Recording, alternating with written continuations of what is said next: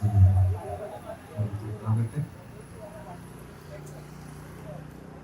സായം സമയത്ത് ഈ ശബ്ദവലിയെ ഞങ്ങളെ ശ്രദ്ധിക്കുന്ന എല്ലാ ശ്രോതാക്കൾക്കും അനശ്വരനായ യേശുക്രിസ്തുവിന്റെ അനുഗ്രഹീതമായ നാമത്തിൽ സായങ്കാല വന്ദനങ്ങളെ അറിയിച്ചുകൊള്ളുന്നു. ഇതൊരു മതത്തിന്റെ സന്ദേശമല്ല, മതമാറ്റത്തിന്റെ സന്ദേശവുമല്ല.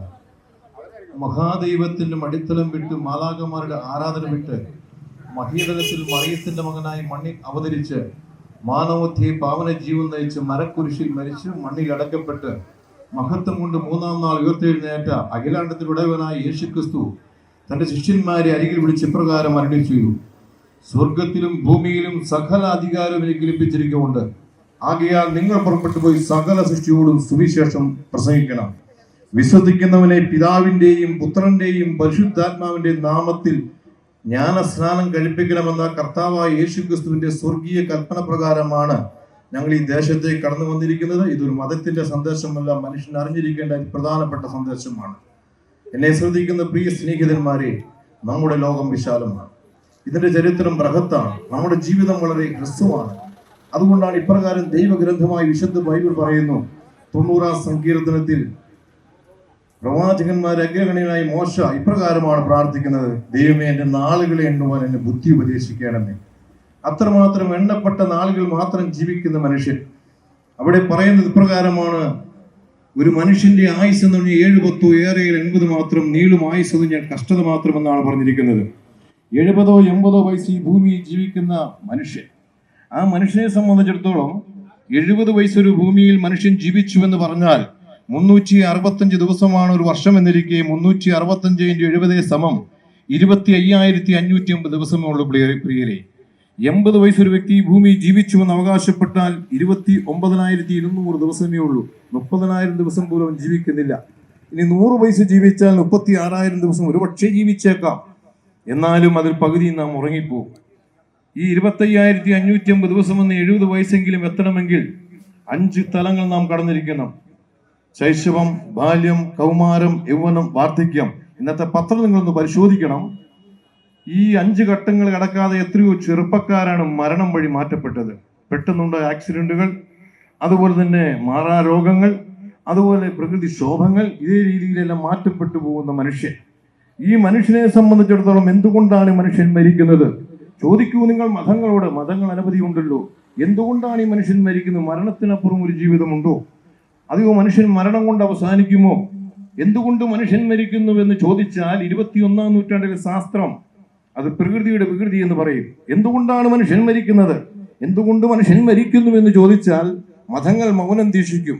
എന്തുകൊണ്ട് മനുഷ്യൻ മരിക്കുന്നു, എന്തുകൊണ്ട് മനുഷ്യൻ മരിക്കുന്നു എന്ന് ചോദിച്ചാൽ അതിന് ഉത്തരം പറയുന്നത് ദൈവഗ്രന്ഥമായ വിശുദ്ധ ബൈബിളാണ്. വിശുദ്ധ ബൈബിളിൽ റോമർക്ക് എഴുതിയ ലേഖനം 6-ാം അധ്യായത്തിന്റെ 23-ാം വാക്യം: പാപത്തിന്റെ ശമ്പളമാണ് മരണം. അതുകൊണ്ടാണ് പണ്ഡിത പാമര ഭേദമന്യേ, ചണ്ടാള ബ്രാഹ്മണ ഭേദമന്യേ, ക്രിസ്ത്യാനി ഹിന്ദു ഭേദമന്യേ എല്ലാവരും ഒരുപോലെ മരിക്കുന്നതിന്റെ കാരണം എല്ലാ മനുഷ്യരും പാപികളാണ്. നീതിസാരം പോലും പറയുന്നത് പാപി എല്ലാതിലൊരു നരനും ഭൂതലെ ഗോപശീലൻ ശിശുവെങ്കിലും ഉണ്ടല്ലോ എന്നാണ്. ഏതൊരു ശിശുവും ഗോപിക്കുന്നതിന്റെ കാരണം പാപിയാണ്. അതുകൊണ്ട് റോമാലേഖനം 3-ാം അധ്യായത്തിന്റെ 10-ാം വാക്യത്തിൽ ദൈവഗ്രന്ഥം പറയുന്നു: നീതിമാൻ ഒരുത്തൻ പോലുമില്ല. റോമാലേഖനം 3-ാം അധ്യായത്തിന്റെ 23-ാം വാക്യം പറയുന്നു: എല്ലാവരും പാപം ചെയ്ത് ഒരുപോലെ ദൈവദേശില്ലാത്തവരായി തീർന്നു. റോമാലേഖനം 6-ാം അധ്യായത്തിന്റെ 23-ാം പാപത്തിന്റെ ശമ്പളമാണ് മരണം. എന്താണ് മരണം എന്ന് ചോദിച്ചാൽ ഈ മനുഷ്യൻ എന്തുകൊണ്ട് മരിക്കുന്നു എന്ന ചോദ്യത്തിന് ബൈബിളാണ് മറുപടി പറഞ്ഞിരിക്കുന്നത്. കാരണം ഈ മനുഷ്യൻ എങ്ങനെ ഉണ്ടായി എന്ന് ചോദിച്ചാൽ 21-ാം നൂറ്റാണ്ടിൽ ഇന്ന് IAS-കാരും IPS-കാരും ഡോക്ടർമാരും എഞ്ചിനീയർമാർ അടക്കമുള്ള ബുദ്ധിജീവികളും തത്വചിന്തകരും പഠിച്ചിറങ്ങുന്നതും പഠിപ്പിക്കുന്നതും ഡാർവിന്റെ അനുമാന സിദ്ധാന്തമാണ്. 1835-ൽ 1000-ഓളം അഥവാ അനുമാനങ്ങളുടെ സിദ്ധാന്തമാണ് ഡാർവിന്റെ സിദ്ധാന്തം. ആ ഡാർവിന്റെ സിദ്ധാന്തം എന്ന് പറയുന്നത് ഈ ഭൂമി മുതൽ സൂര്യൻ വരെ വലിയൊരു പിണ്ഡമായിരുന്നു. ആ പിണ്ഡം ഏതോ ഒരു കാരണത്താൽ പൊട്ടിത്തെറിച്ചുവെന്നാണ് അവർ പറയുന്നത്. ഏത് കാരണമെന്ന് ഇന്നുവരെ കണ്ടുപിടിക്കാൻ കഴിയാത്തതുകൊണ്ടാണ് വിസ്ഫോട സിദ്ധാന്തം ആവിഷ്കരിക്കുവാൻ ഇന്ന് ശാസ്ത്രം ശ്രമിച്ചുകൊണ്ടിരിക്കുന്നത്. അങ്ങനെ പൊട്ടിത്തെറിച്ചൊരു കഷ്ണമാണ് നമ്മുടെ ഭൂമി എന്നാണ് പറയുന്നത്. അങ്ങനെയെങ്കിൽ ചോദിച്ചോട്ടെ, അങ്ങനെ കേവലം പൊട്ടിത്തെറിച്ചൊരു കഷ്ണമാണെങ്കിൽ എങ്ങനെയാണ് ഈ ഭൂമി ഒരു ഗോളമായി മാറിയത്? അതിന് ഉത്തരമില്ല. വീണ്ടും ഈ ഭൂമിയിൽ അനവധി കാലം മഴ പെയ്യാതിരുന്നു. എന്തുകൊണ്ട് മഴ പെയ്തില്ല എന്ന ചോദ്യത്തിനും ശാസ്ത്രം മറുപടി പറഞ്ഞിട്ടില്ല. പിന്നെ ഏതോ ഒരു കാരണത്താൽ മഴ പെയ്തു എന്നാണ് പറയുന്നത്. ആ ജലത്തിൽ നിന്ന് ആദ്യമായി അമീബയുണ്ടായി. അമീബയിൽ നിന്ന് ഏകകോശ ജീവികളുണ്ടായി. വീണ്ടും അത് പരിണമിച്ചു തൃപ്പാളി ജീവികളായി, വീണ്ടും പരിണമിച്ചു നാം അറിയും കരയിലും കടലും ജീവികൾ ഉപജീവികളായി, വീണ്ടും പരിണമിച്ചു നാം അറിയുന്ന പോലെ അഥവാ താഴ്ന്നുതരം കുരങ്ങുകളായി, വീണ്ടും പരിണമിച്ചു ജാവ മനുഷ്യൻ, നിയന്ത്രാർത്ഥ മനുഷ്യൻ, ഫിക്കിക് മനുഷ്യൻ, ഹോമോ സാപ്പിയൻസ് വർഗത്തിൽപ്പെട്ട ആധുനിക മനുഷ്യനുണ്ടായെന്ന് ഇന്ന് ഇവിടുത്തെ തത്വജ്ഞാനികളും വിദ്വാൻമാരും അവകാശപ്പെടുന്ന പണ്ഡിതന്മാരും പഠിപ്പിക്കുമ്പോൾ ഞാനൊന്ന് ചോദിച്ചോട്ടെ സ്നേഹിതന്മാരെ, ആധുനിക ശാസ്ത്രം ജീൻ കണ്ടെത്തി. എന്തുകൊണ്ടാണ് മനുഷ്യന്റെ ജീനും മൃഗങ്ങളുടെ ജീനും തമ്മിച്ചേരാത്തത്? മറുപടി പറയാൻ ഇന്ന് വരെ ശാസ്ത്രത്തിന് കഴിഞ്ഞിട്ടില്ല. അതുകൊണ്ടാണ് ശാസ്ത്രം മനുഷ്യന്റെ മരണത്തെ പ്രകൃതിയുടെ വികൃതി എന്ന് പറയുമ്പോൾ മരണശേഷം ഒരു ജീവിതമില്ല എന്ന് പറയുവാൻ ഒരു ശാസ്ത്രത്തിനും കഴിയുകയില്ല. കാരണം ആധുനിക ശാസ്ത്രം മരണത്തെ കുറിച്ച് പഠിക്കുവാൻ തയ്യാറായി. ഈ മനുഷ്യനൊരു ആത്മാവുണ്ടോ? മനുഷ്യന്റെ ശരീരം മണ്ണുകൊണ്ട് ലയിച്ച് അവസാനിക്കുമോ? മനുഷ്യന് ജീവനുണ്ടോ? ഇത്യാദി കാര്യങ്ങളെ കുറിച്ചെല്ലാം കുലങ്കക്ഷമായ പഠനം നടത്തി. ആ പഠനത്തിൽ ശാസ്ത്രത്തിന് സമ്മതിക്കേണ്ടി വന്നിട്ടുണ്ട്. മനുഷ്യൻ കേവലം മണ്ണുകൊണ്ട് അവസാനിക്കുന്നില്ല. മനുഷ്യ നീ മണ്ണാകുന്നു, മണ്ണിലേക്ക് തിരികെ ചേരുമെന്ന് ദൈവഗ്രന്ഥമായി വിശുദ്ധ ബൈബിൾ അതിശക്തമായി പ്രഖ്യാപിച്ചിരിക്കുന്നതിന്റെ കാരണം ഈ മനുഷ്യൻ എങ്ങനെ ഉണ്ടായെന്ന ചോദ്യത്തിന് ഉത്തരം പറഞ്ഞിരിക്കുന്ന പ്രപഞ്ചത്തിലെ ഏക ഗ്രന്ഥമാണ് വിശുദ്ധ ബൈബിൾ. അതുകൊണ്ടാണ് ഇതര മതഗ്രന്ഥങ്ങളിൽ നിന്നും വ്യത്യസ്തമായിരിക്കുന്ന ദൈവത്തിന്റെ ഗ്രന്ഥമായ വിശുദ്ധ ബൈബിൾ പറയുന്നത് മനുഷ്യനെ മണ്ണുകൊണ്ട് മെനഞ്ഞുവെന്നാണ്. മണ്ണുകൊണ്ട് മെനഞ്ഞു എന്ന് പറയുമ്പോൾ ഒരുപക്ഷെ നിങ്ങൾക്കൊരു ചോദ്യം ചോദിച്ചേക്കാം, അങ്ങനെയെങ്കിൽ ബൈബിൾ പറയുന്ന ദൈവമാണോ ഈ പ്രപഞ്ചത്തെ സൃഷ്ടിച്ചത്? അങ്ങനെയെങ്കിൽ എന്തുകൊണ്ടാണ് ഞങ്ങൾ ഇന്ന് വരെ ദൈവത്തെ കണ്ടിട്ടില്ലല്ലോ? അതുകൊണ്ടാണ് വിശുദ്ധ ബൈബിൾ തന്നെ യോഹന്നാന്റെ സുവിശേഷം 1-ാം അധ്യായത്തിന്റെ 18-ാമത്തെ വാക്യം പറയുന്നത്, ദൈവത്തെ ആരും ഒരു നാളും കണ്ടിട്ടില്ല. എന്തുകൊണ്ട് ദൈവത്തെ കാണാൻ കഴിയുന്നില്ല? ഉത്തരം വീണ്ടും പറയും വിശുദ്ധ യോഹന്നാന്റെ സുവിശേഷം 4-ാം അധ്യായത്തിന്റെ 24-ാം വാക്യം, ദൈവം ആത്മാവാകുന്നു. ആത്മാവായി ദൈവത്തെ മനുഷ്യ ശസ്ത്രങ്ങൾ കൊണ്ട് കാണുക അസാധ്യമാണ് പ്രിയരെ. കാരണം നമ്മുടെ കണ്ണുകൾക്ക് പരിമിതിയുണ്ട്. നമ്മുടെ കണ്ണുകൾ അഥവാ ത്രിമാനങ്ങൾക്ക് വിധേയമായ ഒരു വസ്തുവിനെ പ്രതിബിംബമാക്കുകയുള്ളൂ. അതുകൊണ്ടാണ് ത്രിമാനങ്ങൾക്ക് അതീതമായ ഒരു വസ്തുവിനെ കാണാൻ കഴിയില്ല. കണ്ടില്ല എന്ന കാരണത്താൽ അഥവാ ഈ പ്രപഞ്ചം അഥവാ ദൈവത്തെ കണ്ടില്ല എന്ന് ആർക്കും പറയാൻ കഴിയില്ല. ഞാനത് ചോദിച്ചോട്ടെ, നാം ശ്വസിക്കുന്ന വായു നാം കാണുന്നുണ്ടോ? നമ്മിൽ തുടിക്കുന്ന ജീവൻ നാം കാണുന്നുണ്ടോ? അതുപോലെ നാം ഇന്ന് ഉപയോഗിക്കുന്ന വൈദ്യുതി നാം കാണുന്നുണ്ടോ? ഇതെല്ലാം ഉണ്ട് എന്ന് സമ്മതിക്കുന്ന ബുദ്ധിമാനായ മനുഷ്യ, ഞാനൊന്ന് ചോദിക്കുകയാണ്, ദൈവമില്ല എന്ന് പറയുവാൻ, പ്രപഞ്ചം എന്ന മഹാസമുദ്രം പടുത്തുയർത്തി പെരുന്തച്ഛനായിരിക്കുന്ന ഒരു ഈശ്വരനില്ല എന്ന് പറയുവാൻ അല്പമെങ്കിലും ബുദ്ധിയുള്ളവന് കഴിയുമോ? അതുകൊണ്ടാണ് ദൈവമുണ്ടോ? ഉണ്ട്. ആ ദൈവം ആരാണ്? അങ്ങനെ ആ ദൈവമുണ്ടെന്ന് എന്താണ് തെളിവ്? അതുകൊണ്ടാണ് അനവധി മിഥ്യാ ദൈവങ്ങളുടെ ലോകത്ത് ഇന്നേക്ക് BC 1440 വിളിച്ച് ഈ ദൈവം ഇപ്രകാരം മോശയോട്, മോശേ നീ എഴുതുക, ആദിയിൽ ദൈവം ആകാശവും ഭൂമിയും സൃഷ്ടിച്ചു. ലോക ചരിത്രത്തിൽ ആദ്യമായി ദൈവത്തെ വെളിപ്പെടുത്തിക്കൊണ്ട് ദൈവഗ്രന്ഥമായി വിശുദ്ധ ബൈബിൾ പറയാണ്, ആദിയിൽ ദൈവം ആകാശവും ഭൂമിയും സൃഷ്ടിച്ചു. എഴുതി വെച്ചു എബ്രായ ഭാഷക്കാരനായ മോശ. ദൈവം എന്ന പദത്തിന് ഉപയോഗിച്ചിരുന്ന എലോഹീം എന്ന പദമാണ്. എലോഹീം എന്ന പദം അഥവാ കർത്താവായ യേശു ക്രിസ്തു മാനവരാശിയുടെ ത്രാണനാർത്ഥം മരക്കുരിശിൽ മരിക്കുമ്പോൾ മർക്കോസ് സുവിശേഷം 15-ാം അധ്യായത്തിൽ 34-ാം വാക്യത്തിൽ ഇപ്രകാരം ആണ് കരഞ്ഞത്, എലോഹി എലോഹി ലമ്മാ ശബക്താനി, എന്റെ ദൈവമേ നീ എന്നെ കൈവിട്ടു എന്ന്. എലോഹീം എന്ന് പറഞ്ഞാൽ എബ്രായ ഭാഷ ശാസ്ത്ര വിധി പ്രകാരം പറഞ്ഞ 4 വർത്തിക്കാത്തതും 2 ചുരുങ്ങാ ത്രിവാചിയ ഒരു ശബ്ദമാണ് പ്രിയരെ. അതുകൊണ്ടാണ് സ്വർഗത്തിലെ ദൈവത്തെ അഥവാ സറാഫുകൾ ആരാധിക്കുന്നത്. യെശയ്യാ പ്രവാചകന്റെ പുസ്തകം 6-ാം അധ്യായത്തിന്റെ 1 മുതൽ 3 വാക്യങ്ങൾ വായിക്കുമ്പോൾ, സൈന്യങ്ങളുടെ ദൈവമായ യഹോവ പരിശുദ്ധൻ പരിശുദ്ധൻ പരിശുദ്ധൻ, 4 പറഞ്ഞു കൂട്ടിയിട്ടില്ല, 2 പറഞ്ഞു കുറച്ചിട്ടില്ല. അതുകൊണ്ടാണ് മാനവരാശിയുടെ പാവപരിഹാരാർത്ഥം കാൽവരിയുടെ ക്രൂശിൽ മരിച്ച് അടക്കപ്പെട്ട് ഉയർത്തെഴുന്നേറ്റ കർത്താവായ യേശു ക്രിസ്തു ലോകത്ത് തന്റെ സുവിശേഷീകരണത്തിനായി ശിഷ്യന്മാരെ അയക്കുമ്പോൾ ഇപ്രകാരമാണ് വിളിച്ചത്. വിശുദ്ധ മത്തായി സുവിശേഷം 28-ാം അധ്യായത്തിന്റെ 19-ാമത്തെ വാക്യത്തിൽ, നിങ്ങൾ പുറപ്പെട്ടു പോയി പിതാവിന്റെയും പുത്രന്റെയും പരിശുദ്ധാത്മാവിന്റെയും നാമത്തിൽ ജ്ഞാനസ്നാനം കഴിപ്പിക്കണം എന്ന് പറഞ്ഞാൽ 3 നാമങ്ങൾ പറഞ്ഞ ശേഷം നാമങ്ങളിൽ നിന്ന് ഭാഷാശാസ്ത്ര വിധി പ്രകാരം പറയേണ്ടടുത്ത് നാമത്തിൽ എന്നാണ് പറഞ്ഞത്. 3 വ്യക്തിത്വങ്ങളുടെ സാരസക്തിയായിരിക്കുന്ന ഏകസത്യ ദൈവം ഈ പ്രപഞ്ചം സൃഷ്ടിച്ചുവെന്ന് എന്താണ് തെളിവെന്ന് ചോദിച്ചാൽ ഞാൻ ചോദിച്ചോട്ടെ സ്നേഹിത, അതുകൊണ്ടാണ് ബൈബിൾ ദൈവത്തിന്റെ ഗ്രന്ഥമായതുകൊണ്ട് ബൈബിൾ ഈ പ്രപഞ്ച സൃഷ്ടിയെ കുറിച്ച് പറയുന്ന ഇപ്രകാരമാണ്. എബ്രായ ലേഖനം 11-ാം അധ്യായത്തിന്റെ 3-ാം വാക്യം, ഈ കാണപ്പെടാത്ത വസ്തുക്കളാൽ കാണപ്പെടുന്ന ഈ പ്രപഞ്ചത്തെ ദൈവത്തിന്റെ വചനത്താൽ സൃഷ്ടിച്ചിരിക്കുന്നു എന്ന് പറഞ്ഞാൽ, കാണാൻ കഴിയാത്ത വസ്തു എന്ന് പറഞ്ഞാൽ പ്രപഞ്ചത്തിന്റെ ഏറ്റവും ചെറിയ കണിക എന്നൊരു ആറ്റമല്ലേ? ഒരാറ്റം എന്ന് ന്യൂട്രോൺ, ഇലക്ട്രോൺ, പ്രോട്ടോൺ, 3 സെല്ലുകളൊന്നായിരിക്കുന്നു. കണ്ണുകളുകൊണ്ട് കാണാൻ കഴിയില്ല. ഇനി കാണാവുന്ന ഒരു വസ്തുവിലേക്ക് വന്നാൽ ഖരം, ദ്രാവകം, വാതകം, അവിടെയും 3-ന്റെ ഒന്ന് കാണാം. ഇനി സൃഷ്ടികാലത്തിലേക്ക് വന്ന ഭൂതകാലം, വർത്തമാനകാലം, ഭാവികാലം, അവിടെയും 3-ന്റെ ഒന്ന് കാണാൻ കഴിയും. ഇങ്ങനെ 3 ആളത്വങ്ങളിൽ ഏകത്വമായി വസിക്കുന്ന ഏക ആത്മശക്തിയായ ദൈവം ഈ പ്രപഞ്ചം സൃഷ്ടിച്ചു എന്ന് പറയുമ്പോൾ അടിസ്ഥാനത്തിൽ തന്നെ അവന്റെ അസ്തിത്വം വെളിപ്പെടുത്തിക്കൊണ്ടാണ് പ്രപഞ്ച സൃഷ്ടാവായ ദൈവത്തെ ദൈവഗ്രന്ഥമായി വിശുദ്ധ ബൈബിൾ രേഖപ്പെടുത്തിയിരിക്കുന്നത്. ആ ദൈവത്തെ സംബന്ധിച്ച് ഒരു ചോദ്യം ചോദിക്കാം. അങ്ങനെയെങ്കിൽ ലോകത്ത് അനവധി ദൈവങ്ങളുണ്ടല്ലോ, ആ ദൈവങ്ങളെ ഒന്നും ആരും കണ്ടിട്ടില്ല. കാണാൻ കഴിയാത്ത ദൈവം, നിങ്ങൾ പ്രസംഗിക്കുന്ന ദൈവത്തെയും കാണാൻ കഴിയുന്നില്ല. അങ്ങനെയെങ്കിൽ ആ ദൈവം ഒരു വ്യക്തിയാണോ ശക്തിയാണോ? ന്യായമായ ചോദ്യമാണ്. ബൈബിൾ പറയുന്ന ഏകസത്യ ദൈവമാണ്. ഏകസത്യ ദൈവം എന്ന് പറയുമ്പോൾ ആ ഏകസത്യ ദൈവമായിരിക്കുന്നവൻ എങ്ങനെയെന്നറിയാമോ? ഉണ്ടാകട്ടെ എന്ന് ഉച്ചാരണത്താൽ തരി താര സൂര പാര പ്രവർത്തനമായ ഈ ബ്രഹ്മാണ്ഡ ഘടാകത്തിന് ജന്മം കൊടുത്ത് ദൈവം എന്ന് കൽപ്പിച്ചിരുന്നുവെങ്കിൽ ഞാൻ നിങ്ങൾ ഉണ്ടാകുമായിരുന്നു. എന്നാൽ തന്റെ കരുത്തുറ്റ കരാങ്കുലയുടെ കവനി വൈഭവമായി കാമികല വസ്തുവായി ദൈവം മണ്ണുകൊണ്ട് മനുഷ്യനെ മെനഞ്ഞു. എങ്ങനെ മെനഞ്ഞു എന്ന് ബൈബിൾ പറഞ്ഞിരിക്കുകയാണ്. ബൈബിളിന്റെ ആദ്യ പുസ്തകമായ 1-ാം പുസ്തകം 1-ാം അധ്യായത്തിന്റെ 26-ാം വാക്യം പറയും, നാം നമ്മുടെ സാദൃശ്യത്തിലും നമ്മുടെ സ്വരൂപത്തിലും മനുഷ്യൻ സൃഷ്ടിക്കുമെന്നാണ് പറഞ്ഞത്. അതുകൊണ്ട് ഒരു മനുഷ്യൻ എന്ന് പറഞ്ഞാൽ മൂന്നാളത്വങ്ങളിൽ ഏകത്വമായി വസിക്കുന്ന ഏക ആത്മസത്യയായ ദൈവത്തിന്റെ അഥവാ ആ വ്യക്തിത്വത്തെ ഏകത്വത്തെ ലോകത്തിന് വെളിപ്പെടുത്തിയപ്പോൾ മനുഷ്യൻ പറയുകയാണ്. അപ്പോസ്തലനായ പൗലോസ് തെസ്സലോനിക്കർക്ക് എഴുതിയ ലേഖനം 5-ാം അധ്യായത്തിന്റെ 23-ാം വാക്യം, ആത്മാവ്, പ്രാണൻ, ദേഹം, ഈ 3 ഘടകങ്ങൾ ഒന്നായിരിക്കുന്നതാണ് ഒരു മനുഷ്യൻ. അതുകൊണ്ടാണ് ഒരു മനുഷ്യനെ സംബന്ധിച്ച് പറയുമ്പോൾ 3 ദേഹി, ദേഹം, ആത്മാവ്, പിതാവ്, പുത്രൻ, പരിശുദ്ധാത്മാവ്, ഇങ്ങനെ വ്യക്തിത്വമുള്ള അസ്തിത്വമുള്ള ഒരു ദൈവമാണ് പ്രപഞ്ചം സൃഷ്ടിച്ചത്. അതുകൊണ്ടാണ് ഏതെങ്കിലും മതത്തിന്റെ ഏതെങ്കിലും ആചാരപരമായ ഒരു ദൈവമല്ല, വിലയോ അടിസ്ഥാനമായിരിക്കുന്ന അഥവാ ഈസായി കൊടുത്ത ഇഞ്ചിയിലും മൂസായി കൊടുത്ത ഔറാത്തും ദാവിലും സബൂറും വായിച്ചു കഴിഞ്ഞാൽ അതിലും പറയുന്നത് നമുക്ക് മനസ്സിലാക്കാൻ കഴിയും. അഥവാ ഈസാ നബി അള്ളാഹയുടെ റൂഹിനാലും കൽമിയാലും കൽമത്തുള്ളിയാൽ ഭൂമിയിലേക്ക് അവതരിച്ചു എന്ന് പറയുമ്പോൾ കർത്താവായ യേശുക്രിസ്തുവിന്റെ ദിവ്യ അവതാരത്തെ കുറിച്ച് ഗബ്രിയേൽ ദൂതൻ അറിയിക്കുകയാണ്. പ്രിയരെ, മറിയയുടെ അടുക്കൽ ചെന്നു, മറിയമേ, നിനക്ക് ദൈവത്തിന്റെ കൃപ വെച്ചിരിക്കുന്നു. കന്യകയായ മറിയ വിവാഹം നിശ്ചയം കഴിഞ്ഞ മറിയ. ആ മറിയ ചോദിക്കുകയാണ്, ഞാൻ ഒരു പുരുഷൻ അറിഞ്ഞിട്ടില്ല, പിന്നെ ഇതെങ്ങനെ സംഭവിക്കും?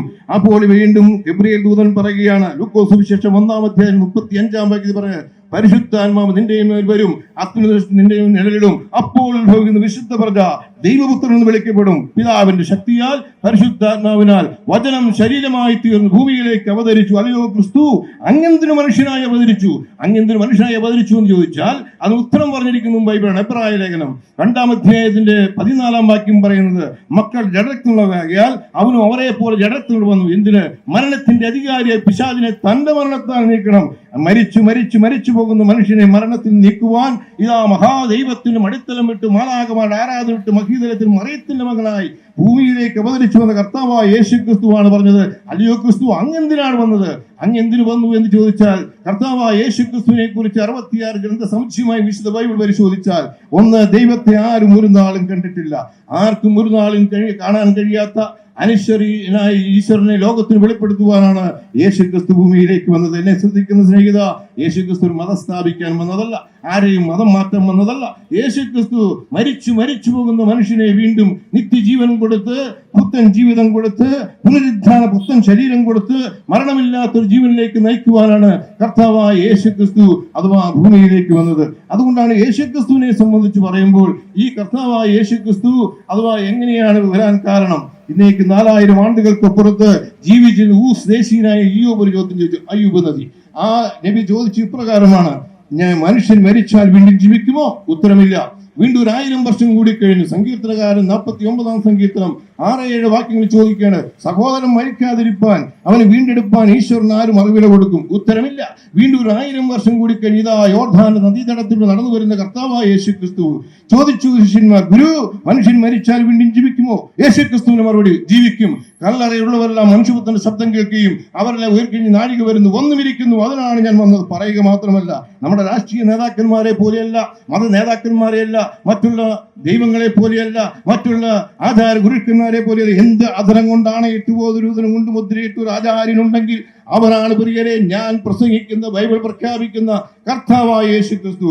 കർത്താവായ യേശുക്രിസ്തുവിന്റെ പരസ്യ പ്രവർത്തന കാലഘട്ടം പരിശോധിച്ചാൽ ഇതാ 12 വയസ്സ് മാത്രം പ്രായമുള്ള യൈറോസിന്റെ മകൾ മരിച്ചുപോയ ആ തീരാ ദുഃഖത്തിലായിരിക്കുന്ന വിലാപഭവനത്തിലേക്ക് കടന്നു ചെന്ന് കർത്താവായ യേശുക്രിസ്തു ആ കർത്താവ് ഭാര്യയുടെ കൈക്ക് പിടിച്ചുകൊണ്ട്, ബാലികയെ എഴുന്നേൽക്കുക. ആ നിമിഷം അവൻ ജീവൻ വെച്ച് എഴുന്നേറ്റ് വന്നിട്ട് പ്രിയരെ അവിടെ കൊണ്ട് അവസാനിച്ചില്ല. ഇതാ ഒരു മകൻ മാത്രമുള്ള വിധവ, ആ വിധവയുടെ മകൻ മരിച്ചുപോയി. ചെറുപ്പക്കാരനാണ്. ആശയം നശിച്ച് നിരാശയും നിബന്ധിച്ച് ഇതാ ചുടുകാട്ടിലേക്ക് പോകുമ്പോൾ ഇതാ യേശുക്രിസ്തു അതുവഴി കടന്നു വന്നു. ആ വിധവയുടെ തീരാ ദുഃഖം കണ്ട് മനസ്സറിഞ്ഞ കർത്താവായ യേശുക്രിസ്തു അവന്റെ ശവമഞ്ചത്തിൽ പിടിച്ചുകൊണ്ടിരുന്നു. ചെറുപ്പക്കാരെ എഴുന്നേക്ക. ആ നിമിഷം അവൻ എഴുന്നേറ്റ് ജീവൻ വെച്ച് വന്നില്ല പ്രിയരെ. അവിടെ കൊണ്ട് അവസാനിച്ചില്ല. യേശുക്രിസ്തുവിൻ സ്നേഹിച്ച ലാസർ മരിച്ചുപോയി. അടക്കപ്പെട്ടു. ഇതാ 4 ദിവസമായി നാറ്റം വെച്ചിരിക്കുന്ന അവസ്ഥയിലേക്ക് എത്തിയിരിക്കുന്നു. എല്ലാ ആശയും അവസാനിച്ച സമയത്ത് യേശുക്രിസ്തു ലാസറിന്റെ കല്ലറയ്ക്കിലേക്ക് ചെന്ന് പറഞ്ഞു, ലാസർ പുറത്തു വരിക. ആ നിമിഷം പുറത്തു വന്നില്ലേ പ്രിയരെ? ഞാൻ ചോദിച്ചോട്ടെ, ലോക ചരിത്രത്തിൽ ഇന്ന് വരെ ഞാൻ ജെറുസലേമിലേക്ക് പോകും, നിങ്ങളുടെ മൂപ്പന്മാർ എന്നെ പിടിക്കും, അവർ എന്നെ തല്ലും, അവർ എന്നെ ക്രൂശിച്ചു കൊല്ലും, ഞാനോ 3-ാം നാൾ ഉയർത്തെഴുന്നേൽക്കും. ലോക ചരിത്രം പരിശോധിച്ചാൽ നിങ്ങൾ എന്നെ കൊല്ലൂ, ഞാൻ ഉയർക്കാമെന്ന് പറഞ്ഞ് മരണത്തെ വെല്ലുവിളിച്ച ഒരു മഹിമാധരനുണ്ടെങ്കിൽ അവനാണ് ഞാൻ പ്രസംഗിക്കുന്ന, ബൈബിൾ പ്രഖ്യാപിക്കുന്ന അനശ്വര ഈശ്വര വൃക്ഷ വിശേഷമായിരിക്കുന്ന കർത്താവായ യേശു ക്രിസ്തു. എന്നെ ശ്രദ്ധിക്കുന്ന സ്നേഹിതന്മാരെ, അതുകൊണ്ടാണ് യേശുക്രിസ്തു, ഞാൻ ചോദിച്ചോട്ടെ, മറ്റവതാര പുരുഷന്മാരോട് ചോദിക്കുക, നിങ്ങൾ എന്തിനാണ് വന്നത്? നിങ്ങൾ എന്തിനു വന്നു എന്ന് ചോദിച്ചാൽ, പരിത്രാണായി സാധൂനാം വിനാശായ ദുഷ്കൃതാം, ഞാൻ പാപികളെ കൊന്നൊടുക്കി നീതിമാന്മാരെ രക്ഷിപ്പാൻ വന്നു എന്ന് പറയുമ്പോൾ, അല്ലയോ ക്രിസ്തു, അങ്ങെന്തിനു വന്നു എന്ന് ചോദിച്ചാൽ, പരിത്രാണായി ദുഷ്കൃതാം, ഞാൻ പാപികളെ രക്ഷിപ്പാൻ ലോകത്ത് വന്നു എന്ന് അവകാശപ്പെട്ടുകൊണ്ട് ഒരു ദൈവം മനുഷ്യനായി ഭൂമിയിൽ അവതരിച്ചിട്ടുണ്ടെങ്കിൽ അവരാണ് പ്രിയരെ നമ്മുടെ കർത്താവായ യേശു ക്രിസ്തു. ഇവനെ പോലെ മറ്റൊരുത്തനില്ല. അതുകൊണ്ടാണ് മറ്റു മതഗ്രന്ഥങ്ങൾ ഏതെടുത്ത് പരിശോധിച്ചാലും 4 വേദങ്ങളും 6 ശാസ്ത്രങ്ങളും 18 പുരാണങ്ങളും ഉപപുരാണങ്ങളും സ്തുതികളും ബ്രഹ്മാണ്ടങ്ങളും ആരണ്യങ്ങളും ഇല്ല 108 ഉപനിഷത്തുകൾ പരിശോധിച്ചാലും അവിടെയെല്ലാം പറയുന്നത്, അഥവാ മനുഷ്യൻ മരിച്ചാൽ ആ മരണത്തെ കുറിച്ച് അവർ പ്രാർത്ഥിക്കുകയാണ് പ്രിയരെ. അസത്വമാസത്വമയ തമസോമാം ജ്യോതിർക്ഷമയ മൂർത്തിയോമാ അമൃതംഗമയ. അവർ അവസാനം ആചാര്യന്മാരും പ്രാർത്ഥിക്കുകയാണ്, അല്ലയോ ഈശ്വര, ഞങ്ങൾ അസത്യത്തിലാണ് നിങ്ങൾ സത്യത്തിലേക്ക് നയിക്കണമേ, അല്ലയോ ഈശ്വര, ഞങ്ങൾ ഇരുട്ടിനാണ് നിങ്ങൾ പ്രകാശത്തിലേക്ക് നയിക്കണമേ, അല്ലയോ ഈശ്വര, ഞങ്ങൾ മൃതിയാണ് അമൃതിയിലേക്ക് നയിക്കുന്ന കാരണമുണ്ട്. നാം പുരാണങ്ങൾ ചോദിച്ചാൽ 10 അവതാരങ്ങളെ കുറിച്ചാണ് വൈഷ്ണവതാരം വെച്ചിരിക്കുന്നത്. മത്സ്യക്കൂട് അത് 9ാമത്തെ അവതാരം ഭഗവാൻ കൃഷ്ണൻ കൊണ്ട് വേണമെങ്കിൽ കാലങ്ങളിലേക്ക് ഞാൻ പറഞ്ഞതല്ല.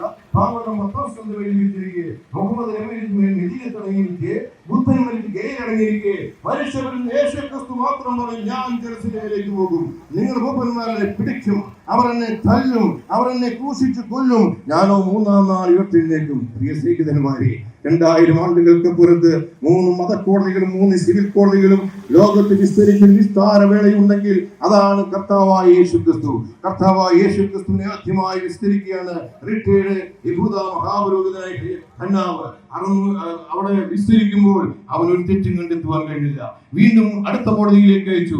വീണ്ടും റിട്ടേർഡ് അഥവാ ആ കാലഘട്ടത്തിലെ മഹാപുരോഹിതൻ കയ്യാബാസും യേശുക്രിസ്തു വിസ്തരിച്ചു. പക്ഷേ അവനൊരു തെറ്റും കണ്ടെത്തുവാൻ വീണ്ടും ഇതാ അവനെ അഥവാ സന്നിധി സംഘത്തിന്റെ ഇടയ്ക്കിലേക്ക് യഹൂദ മതക്കോടതി 613 ധാർമ്മിക പ്രമാണങ്ങളും 10 ആത്മീയ പ്രമാണം വെച്ച് യേശുക്രിസ്തുവിനെ മാറി മാറി വിസ്തരിച്ചിട്ടും അവന് മരണകരമായി തെറ്റ് കണ്ടില്ല. പ്രിയരെ, ഇതാ അവനെ പീലാത്തോസിന്റെ സിവിൽ കോടതിയിലേക്ക് അയച്ചു. സിവിൽ കോടതി അവനെ വിസ്തരിച്ചു. ഒരു തെറ്റ് ഇവൻ ചെയ്ത ദോഷമെന്ന് പീലാത്തോസ് ചോദിക്കുകയാണ്. വീണ്ടും ഹെറോദാസിന്റെ അടുക്കലേക്ക് ഗലീല രാജാവ് അവനും വിസ്തരിച്ചിട്ട് പറഞ്ഞു, ഇവനെ ഒരു തെറ്റും കാണുന്നില്ല. വീണ്ടും പീലാത്തോസിന്റെ കോടതിയിലേക്ക് വന്നു. പീലാത്തോസിന്റെ കോടതി വീണ്ടും വിസ്തരിച്ചിട്ട് പറഞ്ഞു, ഈ നീതിമാന്റെ രക്തത്തിൽ എനിക്ക് പങ്കില്ല. സ്നേഹിതന്മാരെ, ഈ ലോകത്തിൽ നിന്നോളം നീതിമാനായ ഒരുത്തനുണ്ടെങ്കിൽ ആ നിത്യനായിരിക്കുന്ന ദൈവത്തിന് മനുഷ്യാവതാരമായിരിക്കുന്ന കർത്താവായ യേശുക്രിസ്തു. എന്താണ് കാരണമെന്ന് ചോദിച്ചാൽ, ആദിയിൽ വചനം ഉണ്ടായിരുന്നു, വചനം ദൈവത്തോട് കൂടെയായിരുന്നു, വചനം ദൈവമായിരുന്നു. ആ വചനം മുഖാന്തരം സർവ്വവും സൃഷ്ടിക്കപ്പെട്ടു, അവനിൽ കൂടാതെ സൃഷ്ടിക്കപ്പെട്ടില്ല. അവനിൽ ജീവൻ ഉണ്ടായിരുന്നു, ജീവൻ മനുഷ്യരുടെ വെളിച്ചമായിരുന്നു. ആ സത്യവെളിച്ചം ലോകത്തേക്ക് വന്നുകൊണ്ടിരുന്നു. ആ വചനം ശരീരമായി തീർന്ന് ജന്മപാപമില്ലാതെ പരിശുദ്ധാത്മാവിനാൽ പവിത്രീകരിക്കപ്പെട്ട് വചനം ശരീരമായി തീർന്ന് ജന്മപാപമില്ലാതെ ജനിച്ചു അല്ലയോ ക്രിസ്തു. 33 വയസ്സുകാലം പാപികളിലൂടെ ഉണ്ട് ഉറങ്ങി ഈ ഭൂമിയിൽ ജീവിച്ച അല്ലയോ ക്രിസ്തു.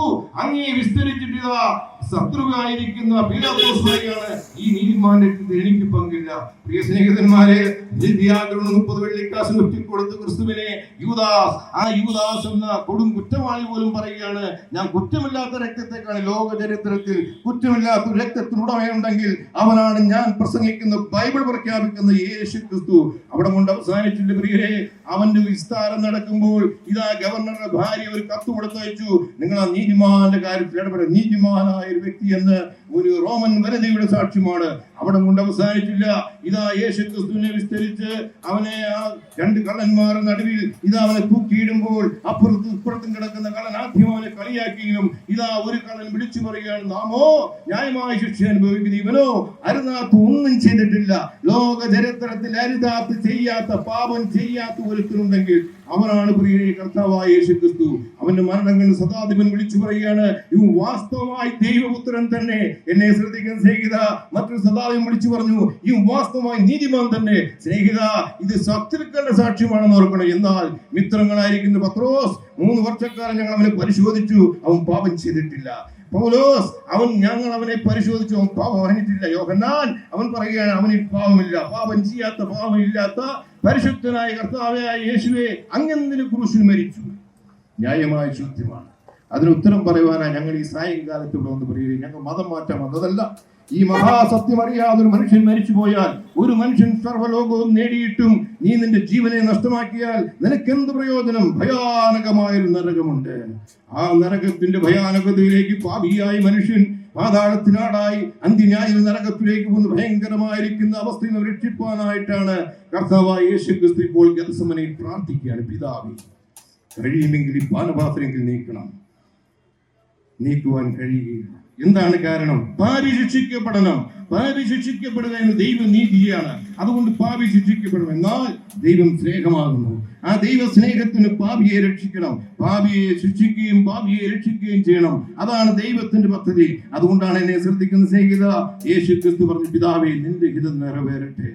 നമ്മുടെ എല്ലാം പാപം അവന്റെ പരിശുദ്ധമായ ശരീരത്തിൽ ഇന്നേക്ക് 2000 ആണ്ടുകൾക്കപ്പുറത്ത് ഏകദേശം രാത്രി 1 മണിയുടെ സമയത്ത് പ്രിയരെ ആ കർത്താവായ യേശു ക്രിസ്തു ഗെത്സമനയിൽ പ്രാർത്ഥിക്കുമ്പോൾ യെശയ്യാ പ്രവാചകൻ BC 700 രേഖപ്പെടുത്തിയ പ്രകാരം തിരുവെഴുത്തിന് നിവർത്തിയെന്നോണം സർവ്വജനത്തിന്റെയും പാപം യഹോവയായ ദൈവം അവന്റെ മേൽ ചുമത്തി.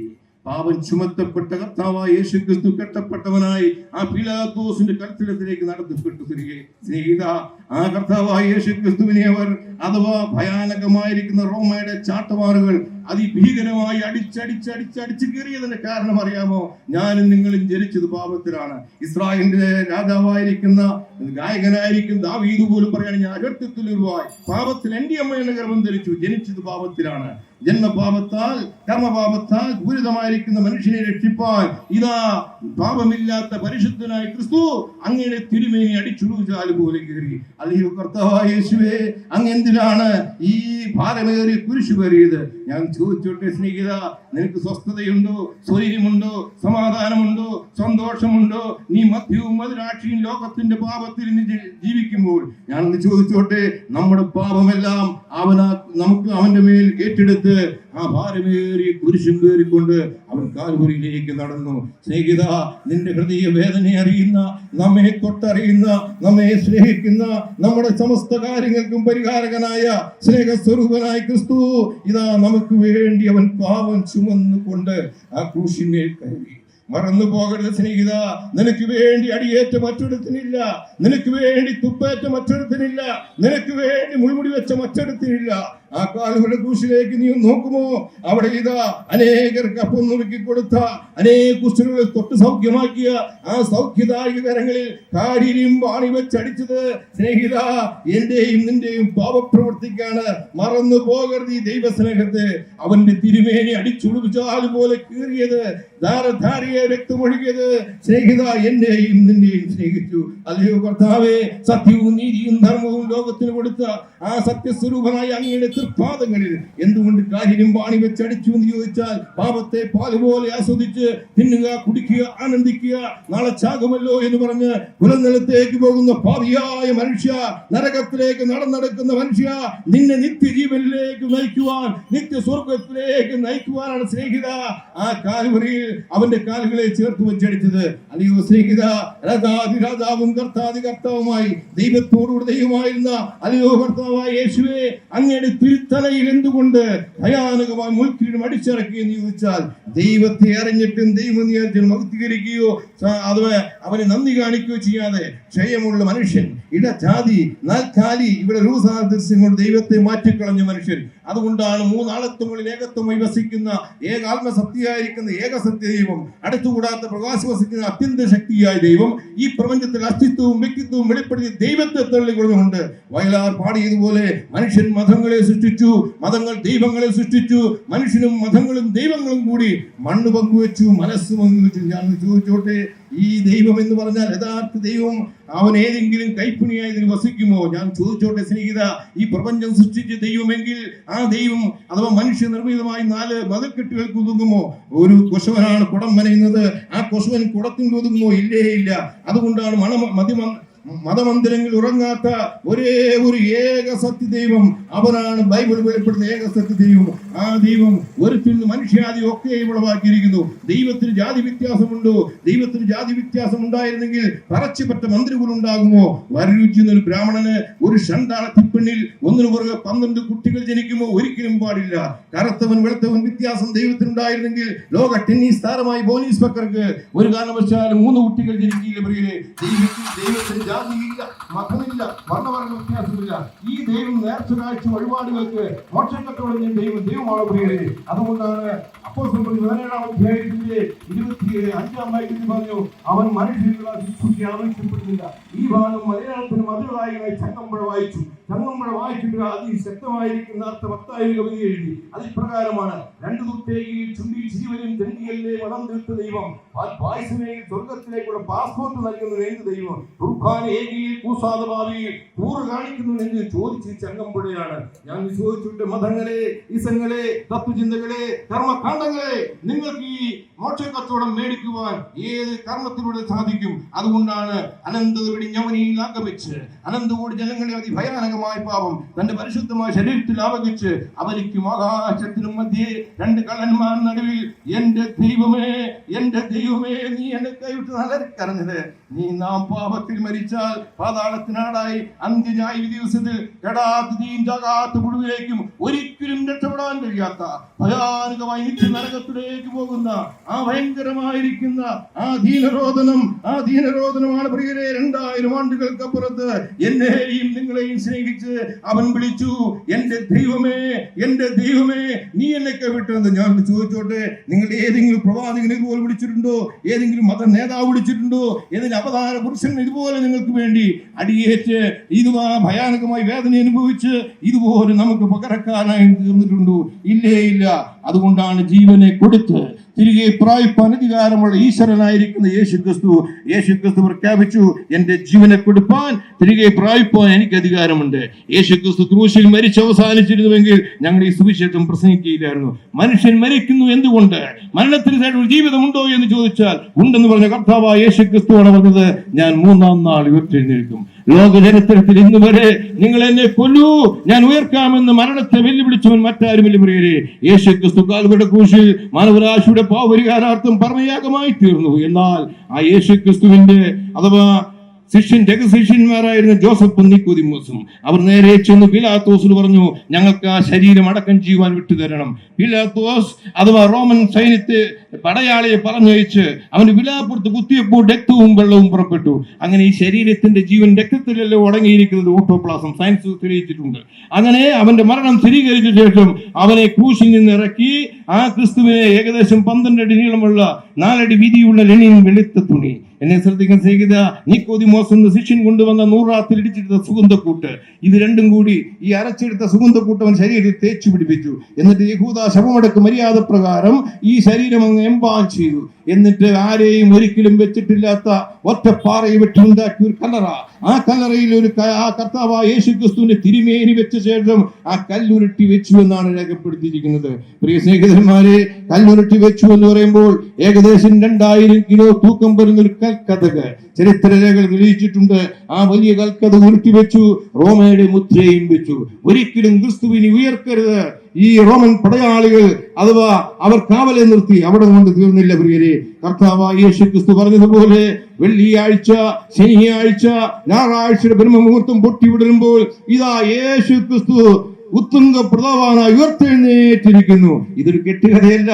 അവൻ 40 നാൾ തന്നെ അണിയടിച്ച് അതേ പാദങ്ങൾ ഊന്നി പുനരുദ്ധാന ശരീരത്തിൽ സഞ്ചരിച്ചില്ല പ്രിയരെ. അവന്റെ ശിഷ്യന്മാർ വാതിലുകൾ അടച്ചിട്ടിരിക്കുകയാണ്. അവർ ഭീതിജനകമായിരിക്കുന്ന രീതിയിൽ ഇരിക്കുമ്പോൾ ലൂക്കോസ് സുവിശേഷം 24 36 താഴോട്ടുള്ള വാക്യങ്ങൾ വായിക്കുമ്പോൾ അവരുടെ നടുവിൽ നിന്ന് നിങ്ങൾക്ക് സമാധാനം ഞെട്ടിപ്പോയി. എന്താ കാരണം? അടച്ചിട്ടിരിക്കുന്ന ഒരു മുറിയിൽ എങ്ങനെയാണ് ഒരു ശരീരത്തോട് ഒരു വ്യക്തിക്ക് വരാൻ കഴിയുന്നത്? എന്നാൽ യേശുക്രിസ്തുവിന്റെ പുനരുത്ഥാനത്തെ കുറിച്ച് ബൈബിൾ പറയുകയാണ്. റോമാലേഖനം 1-5 വാക്യത്തിൽ ജഡം സംബന്ധിച്ച് ദാവീദ് ജനിച്ചുവെങ്കിലും മരിച്ചിട്ട് കിടക്കിയാൽ ദൈവത്തിന്റെ ആത്മാവ് സംബന്ധിച്ച് വിശുദ്ധിയുടെ ആത്മാവ് സംബന്ധിച്ച് ദൈവത്തിന് നിർണ്ണയിക്കപ്പെട്ടു. അങ്ങനെ ഈ ശരീരം അഥവാ മണ്ണിലേക്ക് ലയിച്ചാലും കർത്താവായ യേശുക്രിസ്തുവിന്റെ പുനരുത്ഥാനം തെളിയിക്കുന്നു. പുത്തൻ ജീവിതം തന്ന് പുതിയ ജീവനിൽ അഥവാ ആത്മാവിൽ ജീവനുള്ളവനായി ഏതൊരു മനുഷ്യനെയും ഈ ഭൂമിയിൽ ഉയർത്തെഴുന്നേൽപ്പിക്കും. അതുകൊണ്ടാണ് യേശുക്രിസ്തു പറഞ്ഞത്, കല്ലറയുള്ളവരെല്ലാം ദൈവത്തിന്റെ ശബ്ദം കേൾക്കും, അവരുടെ ഉയർക്കിഞ്ചി നാഴിക വരുന്നു. ക്രൂശ് മരണം എനിക്ക് വേണ്ടി ഇന്ന് അംഗീകരിക്കാതെ പോകുന്നവൻ, അവന്റെ പുനരുദ്ധാനത്തെ അംഗീകരിക്കാതെ പോകുന്നവൻ, അന്ന് യേശുക്രിസ്തു എന്ന കർത്താവിന് മുമ്പിൽ അവനാ ന്യായവിധിക്കും നിൽക്കേണ്ടി വരും പ്രിയരെ. അതുകൊണ്ടാണ് യേശുക്രിസ്തു പറഞ്ഞാൽ നിങ്ങൾ പുറപ്പെട്ടു പോയി സകല ശിഷ്യോടും ഈ സുവിശേഷം പ്രസംഗിക്കണം. വിശ്വസിക്കുന്നവനെ പിതാവിന്റെയും പുത്രന്റെയും പരിശുദ്ധാത്മാവിന്റെ നാമത്തിൽ ജ്ഞാനസ്നാനം കഴിപ്പിക്കണം. അത് മതം മാറ്റുന്ന പരിപാടിയാണ്, ജ്ഞാനസ്നാനം കഴിപ്പിക്കണം. അങ്ങനെ ഞാൻ നിങ്ങളുടെ ഉപദേശമൊക്കെയും കൽപ്പിച്ചുകൊണ്ട് സകല ജാതികളെയും ശിഷ്യരാക്കി കൊടുവീൻ. സ്നേഹിതന്മാരെ, ഈ യേശു ക്രിസ്തുവിനെ നിങ്ങൾ സ്വീകരിക്കാതെ പോയാൽ വരാൻ പോകുന്ന ഞാൻ വലിയൊരു വെള്ള സിംഹാസനം കണ്ടു. ബൈബിൾ അവസാന പുസ്തകം പറയുകയാണ് 20-ാം അധ്യായത്തിൽ 11-ാം വാക്യം. ആ സിംഹാസനം കണ്ടു, അവൻ അതിൽ ഒരു തിരിക്കുന്നു കണ്ടു, അവൻ ആകാശവും ഓടിപ്പോയി. മരിച്ച പ്രഭാലവൃത്തം. അവിടെ ജാതിയില്ല, മതമില്ല, വർണ്ണവർഗ വ്യത്യാസമില്ല. നീ നുകർന്ന ഒരു ശ്വാസം മാത്രമാണ് പ്രിയ മനുഷ്യ. അതുകൊണ്ട് നീ ഇന്നും അകത്തേക്ക് വലിക്കുന്ന ശ്വാസം പുറത്തേക്ക് വലിക്കുന്ന നിനക്ക് ജീവിക്കാൻ കഴിയില്ല. ആ ജീവനുള്ളവനായി ക്രിസ്തുവിന് മുമ്പിൽ അന്ന് നിൽക്കേണ്ടി വരും. പുസ്തകങ്ങൾ തുറക്കും. ഇന്ന് നീ ചിന്തിച്ചത്, ഇന്ന് നീ പ്രവർത്തിച്ചത്, ഇന്ന് ഞങ്ങളെ ആക്രമിച്ചാൽ, ഞങ്ങളെ തല്ലിയാൽ, ഞങ്ങളെ കൊന്നാൽ എന്തുകൊണ്ട് ഞങ്ങളെ സഹിക്കുന്നു എന്ന് ചോദിച്ച സ്നേഹിത, ഞങ്ങൾ നിന്നെ സ്നേഹിക്കുന്നു, ക്രിസ്തു നിന്നെ സ്നേഹിക്കുന്നു. ആ സ്നേഹമാണ് ഈ സന്ദേശം നിങ്ങൾ അറിയിക്കുവാൻ കാരണം. അതുകൊണ്ടാണ് മരണം കൊണ്ട് അവസാനിക്കാത്ത ഈ മഹാമാർഗം, പുനരുത്ഥാനത്തിന്റെ മാർഗം പ്രസംഗിച്ചു എന്ന കാരണത്താൽ അവർ പിടിച്ചില്ലേ പത്രോസിനെ, അവർ തലകീഴെ ക്രൂശിച്ചു കൊന്നില്ലേ പ്രിയരെ. അവിടെ കൊണ്ട് തീർന്നില്ല ഈ സുവിശേഷം. പിടിച്ചു അവർ അന്ത്രയോസിനെ അടിച്ചവസനാക്കി കുതിരയ്ക്ക് കെട്ടി വലിച്ച് അവസാനം രക്തം വാർന്നൊഴുകി മരിച്ചില്ലേ. അവിടെ കൊണ്ട് അവസാനിച്ചില്ല. പിടിച്ചുവർ യോഹന്നാനെ കൈകാലുകൾ ബന്ധിച്ച് തിളച്ച് എണ്ണയിലേക്ക് എറിഞ്ഞില്ലേ. അവിടെ കൊണ്ട് തീർന്നു ഈ പുനരുദ്ധാനത്തിന്റെ പുത്തൻ മാർഗം. ഇല്ല പ്രിയരെ, യേശു ക്രിസ്തുവിന്റെ ശിഷ്യനായ ബർത്തലോമായെ പിടിച്ചു ജീവനോടെ കഴുത്തിന് താഴോട്ട് തൊലിയുരിച്ചു കൊന്നില്ലേ. അവിടെ കൊണ്ട് തീർന്നില്ല. പിടിച്ചില്ലേ അവർ തഥായിയെ അമ്പെയ്ത് കൊന്നില്ലേ. പിടിച്ചില്ലേ അവർ തോമാശ്ലീഹായെ മൈലാപ്പൂർ വെച്ച് ശൂലത്തിന് കുത്തിക്കൊന്നില്ലേ. ആയിരങ്ങൾ ആർത്തരമ്പി കാനുകളുടെ നടമ്പറിന്റെ വഴികളുടെ നട കയറി ആ രക്തപുഷ്പങ്ങളെ ചുംബിക്കുവാൻ ഒരു പുത്തൻ പ്രഭാതത്തെ മുത്തമിടുമ്പോൾ ഈ മണ്ണിൽ ഉറങ്ങുമ്പോൾ അടിയുടെ ഇടിയുടെ വെടിയുടെ മുന്നിൽ അടിപതറാതെ മുന്നേറി താടന പീഡന വിവാദ ശക്തികളെ അമ്പേ പരാജയപ്പെടുത്തിക്കൊണ്ട് കർത്താവ് താൻ ഗംഭീരനാദത്തോടും പ്രധാന ദൂതന്റെ ശബ്ദത്തോടും ദൈവത്തിന്റെ കാഹളത്തോടും കൂടി സ്വർഗത്തിൽ നിന്നിറങ്ങി വരും. അപ്പോൾ ക്രിസ്തുവിൽ മരിച്ചവർ 33 വയസ്സിന്റെ യുവത്വമുള്ള ശരീരത്തിൽ ഉയർത്തെഴുന്നേക്കും. അതുകൊണ്ട് ചത്ത് വളർന്ന മാർഗമാണ് ക്രൈസ്തവ മാർഗം. കൊന്നു വളർന്ന മതങ്ങളെ, ഇസങ്ങളെ, തത്വചിന്തകളെ, കർമ്മകാണ്ഡങ്ങളെ നിങ്ങൾ പരാജയപ്പെടുമ്പോൾ ഞങ്ങളുടെ കർത്താവായ യേശു ക്രിസ്തു ഉയർത്തെഴുന്നേറ്റ് ജീവിക്കുന്നു. ഈ ഉയർത്തെഴുന്നേറ്റ ക്രിസ്തുവിൽ വിശ്വസിച്ചാൽ നിങ്ങൾക്ക് നിത്യജീവനുണ്ട്. അതുകൊണ്ട് എന്നെ ശ്രദ്ധിക്കാൻ ചെയ്ത വളരെ എനിക്ക് വിവരിക്കണമെന്ന് ആഗ്രഹമുണ്ട്. സ്വർഗം ഒരു അക്ഷരിക സ്ഥലമാണ്, നരകം ഒരു അക്ഷരിക സ്ഥലമാണ്. ആ ഭയാനകമായിരിക്കുന്ന ആ നരകത്തിലേക്ക് ആരും പോകരുത്. അതുകൊണ്ട് ഒരിക്കൽ കൂടി ഞങ്ങൾ ആവശ്യപ്പെടുകയാണ്. സമയക്കുറവുണ്ട്. ഞാൻ ചോദിച്ചോട്ടെ, ഇന്ന് നീ മരിച്ചാൽ എവിടെയായിരിക്കും?